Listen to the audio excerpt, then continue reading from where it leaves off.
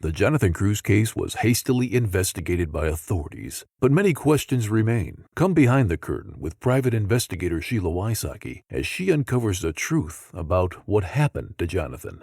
This is Without Warning.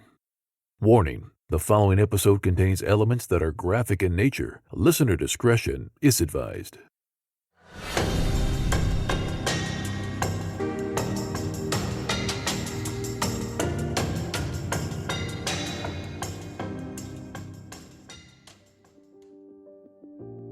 On February 2nd, 2014, a 911 call came into the Coppell Police Department dispatch. The caller, Brenda Lazaro. Brenda claimed her boyfriend, Jonathan Cruz, shot himself in the chest. She told the dispatch they had a discussion earlier in the day, eaten dinner, watched TV, and then they talked in the bedroom, him lying in the bed and she is sitting on the floor. Quote, "We were just having a discussion and we were just talking," end of quote. Brenda said to the 911 operator. Quote, "He just said that he loved me and I didn't need to leave him. And he said that he was going to prove that he loved me," end of quote. Brenda then claims Jonathan told her to cover her ears and he shot himself in the chest. However, the evidence tells another story. In the last episode, you heard text messages between Jonathan and his sister Danny. Jonathan told Danny that there were 4 choices. He had laid them out thoughtfully and logically. No one saw the 5th choice. More on that later. In this episode, I will give you a glance into the case and the people in Jonathan's life. Getting to know the victim is very important. It was no different in Jonathan's case. I needed to find out if Jonathan had friends, a relationship with his family, what were his hobbies, who did he confide in. Jonathan Cruz was the oldest son of John and Pamela Cruz. Jonathan was 27 years old at the time of his death. He had become established in a successful career with significant responsibility and enjoyed close relationships with friends and family. What I found was Jonathan was a generous young man who adored his family and protected his younger siblings, Christian and Danny. Jonathan was close to both of his parents. He wanted to marry a woman like his mother, who put her family first. Jonathan looked up to his father and admired him. "Wind Beneath My Wings" was the song that Jonathan said reminded him of his dad, John. Christian, Jonathan's younger brother, looked to Jonathan as a mentor. One thing was obvious: Jonathan loved his family. More on his family in a later episode. Jonathan had many friends, all telling stories of his sense of humor and generosity. The ex-girlfriends I interviewed spoke about a young man who focused on them when they were dating. Not every relationship was perfect. I spoke to those exes as well. Many of the girls continued their friendship after the breakups. Some of the exes would turn to Jonathan for advice or help months, even years after they broke up. Jonathan was there for them with a helping hand. Jonathan was not short of female attention. Jonathan was handsome, he dressed well, he treated women very well, evidently showering them with gifts. The gifts were not solely for girlfriends. Jonathan also showered his mom and sister with expensive purses. Jonathan appeared to want to share his good fortune with his friends, buying them some dinners when they went out, or a round of drinks for the group. What was obvious after speaking to his friends, Jonathan loved his friends. He loved being around them. Throughout my conversations with his friends, I noticed they were from various walks of life, not all from the same background as Jonathan's. Pam told me she had an open door policy. Children were not excluded. From that modeling as a child, it appears Jonathan was inclusive as well. It showed in his group of friends. Words his friends used to describe Jonathan were loving, caring, loyal, rational, and logical, over and over and over. One theme that kept coming up was Jonathan's sense of humor, from streaking to putting his dear friend Caitlin's underwear on a fan. Endless stories about how fun and what a prankster Jonathan was. It was clear Jonathan loved to laugh. The next area I investigated was work. Was Jonathan happy at work? Was he stressed? Was he over his head as a young employee at 𝐂𝐓 Urgent Care? I set appointments to talk to the employees at 𝐂𝐓. The theme about Jonathan Cruz continued at work. He cared. He embraced his employees. He had a sense of humor and pride with his work. He took a new employee from Hispanic descent under his wings, friending him. His name, Osvaldo. Here is a brief clip from my talk with Osvaldo. He could barely get the words out because his friend, Jonathan, had died. I found a real good friendship. Like, I was planning the future, hang around more with him and do stuff. Cause it's really I don't know. That's how I see it. There's really not good friends like him. He sounded like he was a good friend to people. This episode is brought to you by HP Instant Ink. No one is reading your mind, but HP Instant Ink knows when your printer is running low and sends you new cartridges, so you never have to think about ink. Save up to 50%. You'll pay less than $5 a month for ink and never run out again. Find out if your printer is eligible and enroll today at hpinstantink.com. Conditions apply. For details, visit hp.com/instantink Spotify. Jonathan was doing so well in his position that he received a bonus. He was on the fast track motivating employees to strive for their best so this location would climb up on the ranks. And it did. One of the stories was every week Jonathan would bring in donuts for the employees. After his death, Pam and John Cruz took over donuts to thank the employees for their overwhelming outreach after Jonathan's death. I will talk more about his work in another episode. You will hear from the other employees. Jonathan was a valued and impressive employee at 𝐂𝐓 Urgent Care. Doing the victimology on Jonathan left only one area: hobbies. Jonathan was studying martial arts and was a firearm enthusiast. Besides his family, friends, and his job, Jonathan enjoyed studying martial arts at Wu Kung Fu, where his mother and sister studied as well. Oh, and Brenda taught lessons there. More on that later. The weekend he died, he met with his mother and sister to go over a new move that he missed. The problem, he hurt his shoulder and couldn't practice. More on that later too. Like everything else Jonathan did, he was all in on learning and practicing his skill. The same went for firearms. At an early age, Jonathan was introduced to responsible gun ownership. Jonathan's grandfather introduced him to a gun expert who proceeded to teach Jonathan the rules of responsible gun ownership. Jonathan excelled in being responsible at an early age with firearms, so much so he was entered into competitions. Responsible gun owners know how to handle guns properly. You don't play around with them. There is a respect between gun owner and gun. Jonathan introduced his sister Danny to responsible gun ownership and his new friend Osvaldo. He passed on the rules of being a responsible gun owner to them. At this point, I have investigated every area of Jonathan Cruz's life. Outside of Brenda, Jonathan did not have any problems or conflicts. When Jonathan died, the outreach was extensive. Jonathan had touched so many in his short life.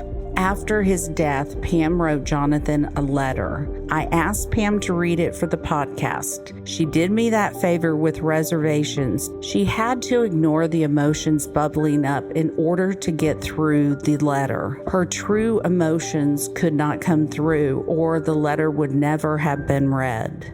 She worried that her voice didn't have the inflection and the listeners would judge her.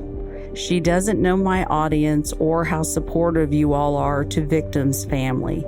Pam hasn't experienced the Without Warning audience support system. The Without Warning audience knows how hard it is for moms to relive and think about their loved ones. So listen to Pam read the letter, knowing her reservations, that she is in a car at night with her phone light on the letter in order to do this for me, so you could hear directly from Jonathan's mom. To my son, Jonathan. Johnny, for a very long time now, I've intended to write a letter to leave behind for each of my beautiful children, so that in case anything ever was left unsaid after I was gone, you would each know how very much I love you and why you each are so special to me in your own way. I hate so much that you're hearing yours like this. From as far back as I have memories, I knew that what I wanted more than anything was to be a mama. I waited my whole life for you to come along. And when you finally arrived, I was beyond ecstatic. But then when they first put you in my arms, I was suddenly overwhelmed and terrified. There were a lot of people in my life that I loved very much, and I really thought I knew what love was. But in that very first moment with you, I was overwhelmed with a depth of love that I never even knew was possible. And it was a depth of love I wasn't sure I wanted. I can still remember my exact thoughts. Oh no, what did I do? I love him too much. I don't want to love anything this much, because if anything ever happens to him for the rest of my life, I'll never be able to go on living. I wanted to protect you from every kind of hurt, pain, and sadness. At that very same moment, they were playing a song on the intercom called The Greatest Love of All. I remember hearing the lyric, "The greatest love of all is happening to me." And I looked into your tiny face and thought to myself, yes, it really, really is. I know it won't surprise you at all to know that by the time the doctor came to check on us, I was in full tears at the thought that when you went to kindergarten someday, maybe some other child would tease you and make you sad. Maybe even make you cry. And I couldn't stand the thought of you being sad, ever. I prudently opted not to tell the doctor why I was crying, lest he deem me insane and remove you instantly from my custody. There are so many memories I've always cherished from our very first 2 or 3 days together. Mainly, I suppose, because I was trying so hard to savor every moment of being your mommy. I didn't want to forget anything. I tried to commit every inch of you to memory. Your forearm was exactly the length of my index finger and 1.5 times its width. I loved being able to dial the hospital nursery and say, "Can you please bring me my baby?" And knowing that there was a my baby to bring. And I will never forget the way Daddy gasped when the doctor said, "You have a son." I couldn't get enough of being with you and never wanted to put you down. A nurse came in to deliver my lunch one day. She said, "Give me the baby." I said, "I want to hold him." She said, "You can't have the baby in the bed when you have food. You might spill on him." I assured her that no, I would not be spilling food on my newborn baby. I mean, good grief, who spills food on their brand new infant? "It's a rule," she said. I told her in that case she could take the food away. She left both you and the food with me. And guess what? I didn't spill on you at all. Very soon after your birth, I noticed that your head would sometimes shake uncontrollably. It began to happen with greater and greater frequency. Naturally, being that I am me, I decided that you almost certainly were suffering from epilepsy. I couldn't bear to hear you diagnosed with anything, so I just kept it to myself, growing more and more terrified every time it happened. Finally, just before we were released to go home, I decided that for your sake I was going to have to confess my fears so that you could receive treatment.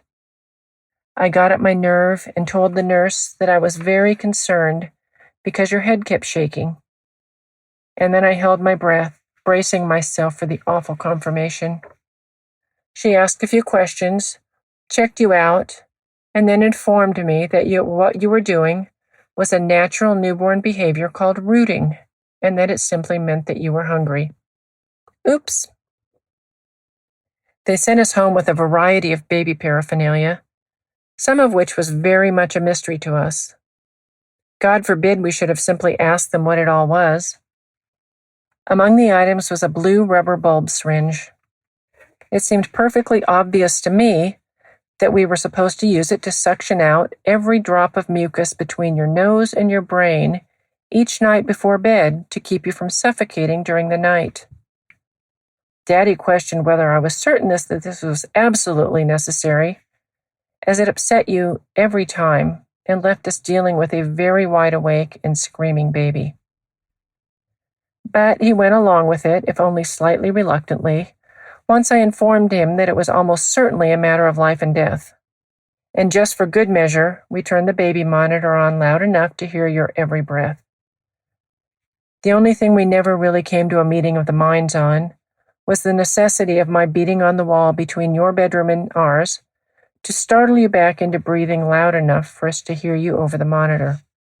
Apparently, you were not amused with our marginal early parenting skills and paid us back in full by demanding to eat every 2 hours, day and night, for what seems like the first several months of your life, and shooting the remains out the other end with even greater frequency, and typically all over us. As you grew, it became quickly evident that you were very intelligent and very curious, which in a toddler translates to very, very busy. You were then, and remained throughout your entire life, a person who did everything with great exuberance. We had to baby-proof our house to a degree that left it just short of a padded cell. We couldn't have indoor plants because you ate them.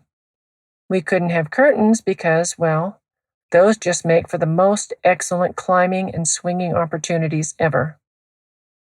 We couldn't have knickknacks of any sort, and any furniture that could possibly be climbed was bolted to the wall.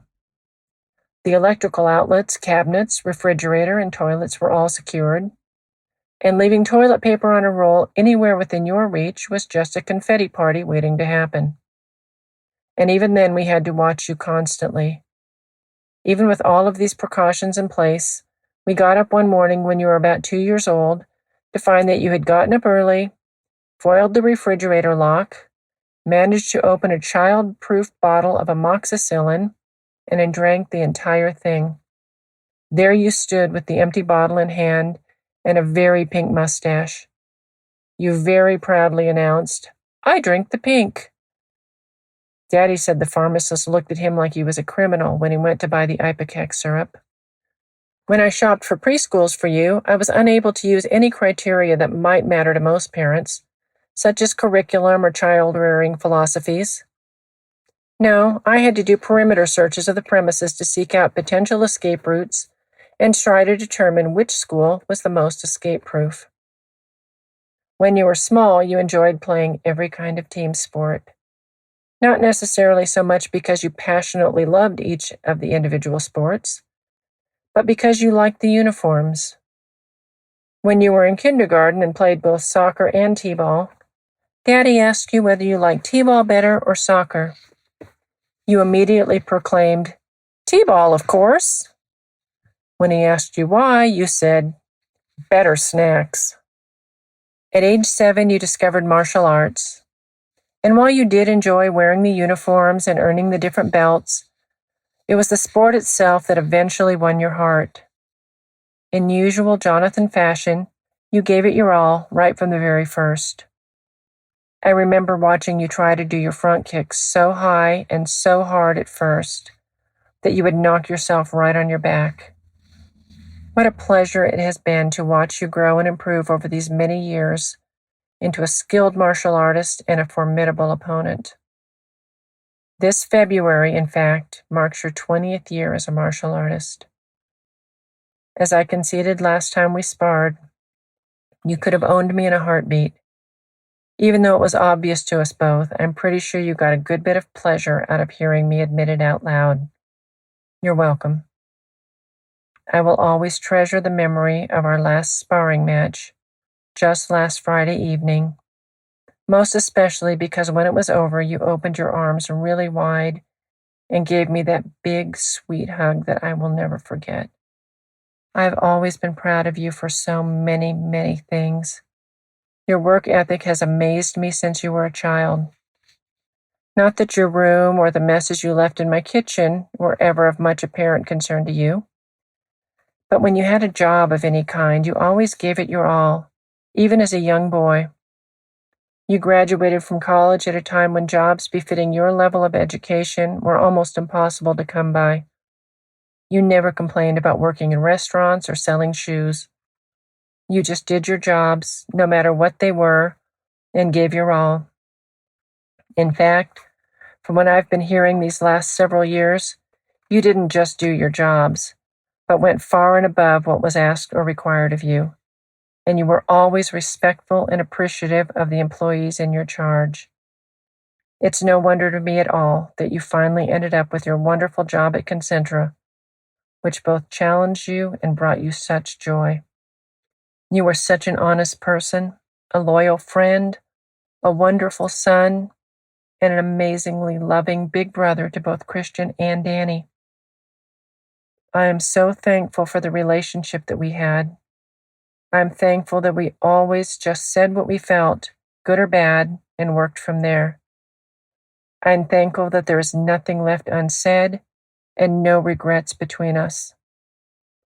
I have no doubt that you know how much I love you and how incredibly proud I always have been of you. And I know that you loved me too. I am thankful that we told that to each other almost every day.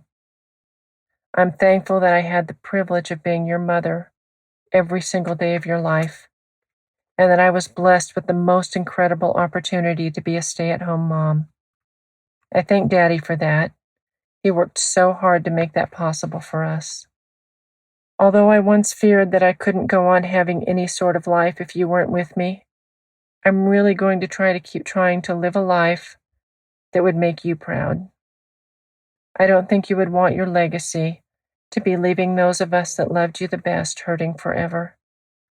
Dad, Christian, Danny, and I will take care of each other until we see you again. We'll miss you terribly, but we'll also be happy for you knowing that you're surrounded by the one true, greatest love of all. I have only one favor to ask, and if you can't do that, I'll understand. But if there's any way you can visit me in a dream, or somehow just let me know you're nearby sometime, it would be incredibly awesome. I know that you're with God, but you know me. I always appreciate that call, just letting me know you arrived safely. I love you, Mama. P.S. We're loving Ulysses for you. Please watch over Dylan and the others for us until we're all together again. 20 years ago, the greatest gymnasts in the world gathered to compete for the ultimate prize, an Olympic gold medal. But in the midst of the competition, the gymnasts started falling and falling and falling, and no one understood what was happening until one gymnast discovered why. I think we're just all in shock. No part of that was normal. I didn't even know that it could happen. This is Blind Landing, the story of one of the biggest mistakes in Olympic history. Listen to Blind Landing on Apple Podcasts or wherever you get your podcasts. Jonathan began dating Brenda Lazaro around November 2013. Although he was attracted to Brenda and interested in a possible long-term relationship, he was also concerned about her emotional stability, at one point commenting to the effect that Brenda was crazy, and that before he could come to a conclusion about long-term prospects, he needed to understand the extent of her craziness. He expressed to family members throughout his entirety of the relationship that her instability and irrational jealousy might necessitate his ending the relationship. While on a family vacation at Christmas time, he told his sister he did not think Brenda was necessarily stable enough to be the mother of his children. Jonathan told Danny, in effect, that he wanted for his children to have the kind of mother who would put her children before herself, and that he felt that Brenda was not selfless enough to do so. By January 2014, Jonathan was having substantial doubts about Brenda, particularly concerning her irrational level of jealousy. Brenda was particularly vocal about Jonathan's relationship with one of his best friends, Emily. Jonathan met Emily while both were working at Dillard's. The two went on one date and mutually concluded that they were not a match. In fact, Jonathan introduced Emily to another of his friends, Jacob, and who had been his college roommate. Emily and Jacob were dating at the time Brenda and Jonathan met and are now married. Why the obsession with Emily? In or around early December 2013, Jonathan arranged for he and Brenda to meet two of his best friends, Emily and Jacob, for dinner. When the two couples met up at the restaurant, Jonathan hugged Emily and Jacob, as was his custom. Although Jonathan and Brenda had only been dating for a short time, and despite the fact that Jonathan and Emily had never been romantically involved, Brenda was extremely agitated about Jonathan hugging Emily, and Emily quickly became an obsession for Brenda. You will hear several conversations between me, Emily, and Jacob. One day I stopped by while Emily and Jacob were in the middle of a move. My name is Jacob Ramsey, and I know Jonathan from junior high. And where'd y'all go to junior high? Carrollton Christian Academy. When I actually first met Jonathan, I introduced him to a girl that he dated. That was one of my really good friends. I knew several girls that John dated. Like, not that we're his girlfriends. You know, I met a couple of his girlfriends during our time of being friends, but I was friends with a girl whose name was actually Jackie. And not that Jackie. Okay. A different Jackie. I'm Jackie, like, number 2 or 3. But this Jackie dated Jonathan for a while. So she was my assistant while I worked at Dillard's. I don't know if you ever knew that. No. Okay, yeah. So she was your friend. You introduced her to Jonathan. Mm-hmm. When he first started, yep. Okay, but she was one. Wasn't there others? So there was a girl named Jackie that I know that he dated and hung around with, a girl named Brandy, another girl named Shannon. Do you want me to go through? Okay. So Jonathan had a lot of girlfriends? Yeah. I mean, I would say so. He was a really social, like, outgoing person. So he liked to take girls on dates and kind of shower them with gifts and all of those types of things. Like, I know my friend Jackie, when she was dating him, pretty early on, he bought her these beautiful shoes and stuff from work. And it was always just kind of a joke of, he gives really good presents. That's sweet. Yeah, we've heard that a lot today. Well, who was his last steady girlfriend before Brenda? Before Brenda? Huma. Oh, I guess it was Huma. Okay, I knew Huma. Now, did you and Huma get along, Emily? Yeah. Yeah, we all got along. Huma hung out with us quite a few times, actually. Okay. The first time I met Huma, I was very excited. When she came in, I was screaming her name. So, yeah, no, we liked Huma.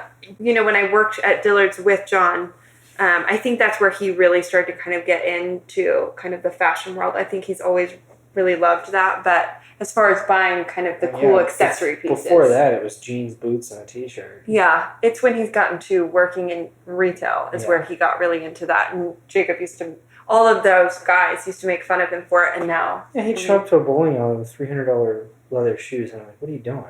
What are you doing?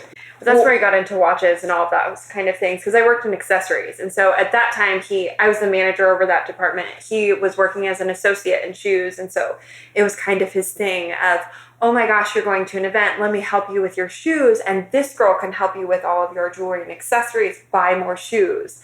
And so he actually had like top sales because, I mean, he was a good salesperson in that sense of selling everything to them. So... But he himself got into watches. We had a party one night and he went streaking. He didn't have any inhibitions, so if you get him around a group of friends, he just wants to have fun, and he's just a joker, a party guy. Yeah, he really liked being around like groups of people. He was a prankster, that kind of stuff. But yeah, it was pretty funny that night. We all dared him to do it, and he's like, yeah, whatever, and then we locked him outside. I don't know if this is like a crazy story, but Jonathan, when I would hang out with him, would get really annoyed if anybody was on their phone a lot. And so I remember one time we went over to his parents' house and I was hanging out with him and we were in the hot tub just talking about, just kind of like life and work and the current woman that he was dating. And I had my phone out and I was playing on it and he said something like, hey, like, what are you doing? And he started to get like annoyed that I wasn't paying attention. So he took a cold drink and dropped it down my back. And so I dropped my phone and I ruined my phone in their hot tub and had to get a new one. He was very mad about that. And I remember I was even more mad because he thought it was the funniest thing on the entire planet. I was like hysterically laughing. He thought it was funny. Remember that one time when he did I had him come over to my apartment when I was living with Caitlin. And we were at the pool, and we came back in, and Caitlin hadn't come home yet. For whatever reason, we decided to go into a room, and then she had a bunch of laundry we hung her laundry from the fan. Yeah, it was hilarious though. But she was mad. She got really mad and said, "I don't want to." Jonathan was banned from the apartment at that point. But then, like, I remember we came back another time, and it was like, is Caitlin home? We're letting Jonathan in. Like, we were all hanging out, and she came in. But she was fine with it, I think, at that point. Which, I mean, I get it. That was her personal stuff.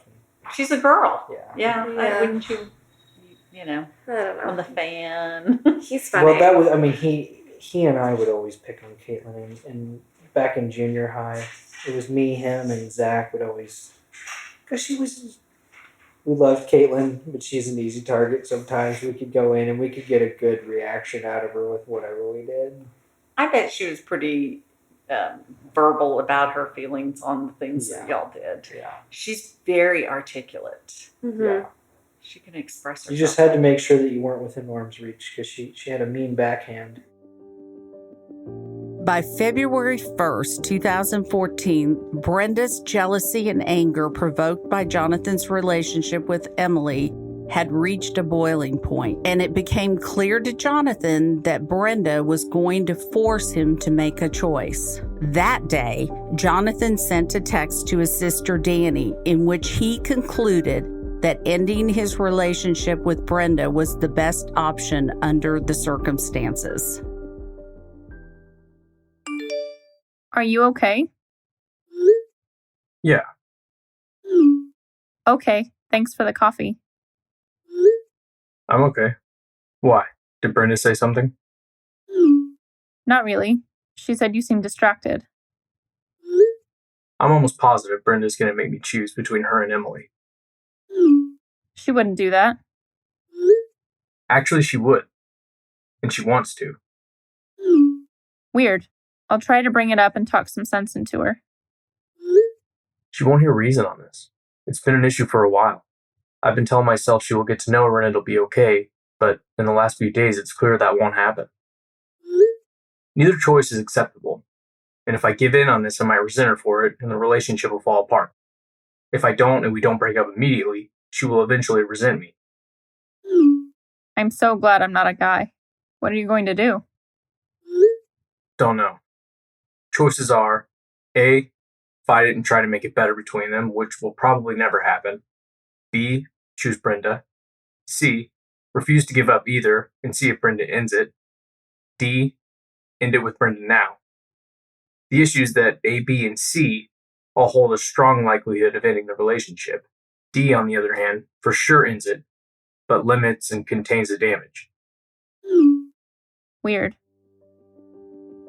On the morning of Sunday, February 2nd, 2014, Jonathan confirmed his analysis from the night before, advising Emily and Jacob that he had made a decision to end his relationship with Lazaro. Later that evening, Jonathan died of a single gunshot wound to the chest.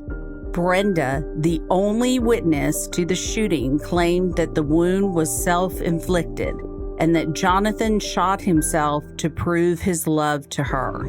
This story, of course, is not consistent with Jonathan's decision earlier in the day to end the relationship with Brenda or the physical evidence. Further, the evidence, among other things, shows Jonathan could not use his dominant hand to fire the pistol, and the trajectory of the shot was consistent with someone about Brenda's size shooting the gun from a standing position on the side of the bed where Jonathan was laying. If Jonathan had used his non-dominant hand to make the shot, if at all possible, would have required Jonathan to contort himself into extremely unnatural position and use his thumb to pull the trigger. From early on in their investigation, the 𝐂𝐓 Police Department suspected that the wound suffered by Jonathan was not self-inflicted. Allegedly, one officer stated to two people off the record that they have a confidence level of over 90% that Brenda was the shooter. It is unclear why the 𝐂𝐓 Police Department have not taken this case to the district attorney. Or is it?